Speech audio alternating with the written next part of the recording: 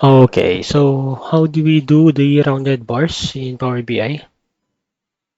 Since basically yung meron tayo is yung mga naka-rectangular bars. So like this one. So from country, so add natin country and add din natin total sales. So sa Power BI, ito yung default niya.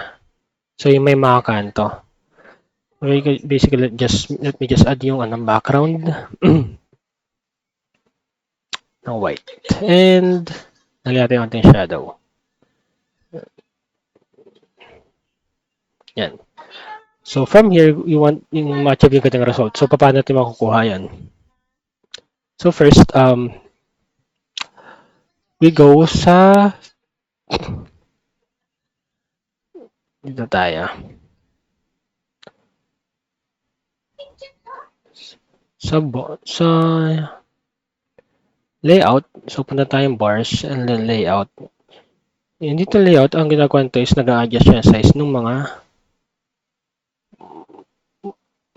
bars natin. So yan. So let's move 65. So yan, 65 siya. And then after this one, we go down, error bars.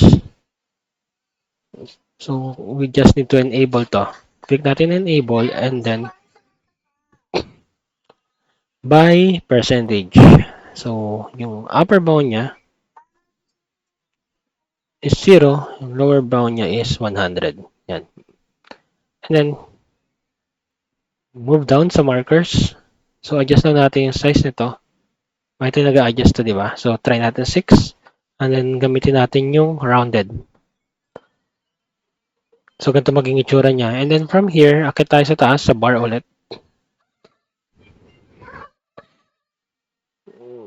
Iba tong bars, tapos dito sa baba is bar lang. So from here, match natin yung color. Yan. And then tanggalin natin yung border size. So yan, di ba? Medyo okay na itsura yan. But ang isang problema natin is yun dito. So gusto natin yung from sa left side, dapat naka-rounded din siya. So how do we do that? And at the same time, we want then to remove itong mga values na to. So we go up lang, x-axis, and then to remove itong mga sa baba to, off mo lang itong values. And then sa minimum, sa maximum, since we're dealing dito million siya, so we need to negative values dito here. Say negative 1 million. Ayan, makita niyo, nag-adjust na siya dito. And then sa maximum, let's say 30 million. Yan. Kung nakita nyo medyo malito, you can adjust yung dito niya. Yung sa itong category, so pwede siya dagdagan. Yan. O kaya, pwede nga adjust naman dito sa itong markers niya. Pwede gawing 7 to. Pag ginawa mo 7 niya, mas malaki siya. Okay? So now, meron tayong achieve natin siya. At the same time, so kung gusto niyo maging siya, dynamic, so hindi kailangan mag-type dito manual every time. You can use naman ng measure. So, mga measure, you can play around with the measure naman. So, currently, I did some measure here. So, what's that? Minimum range. So, just click the minimum range.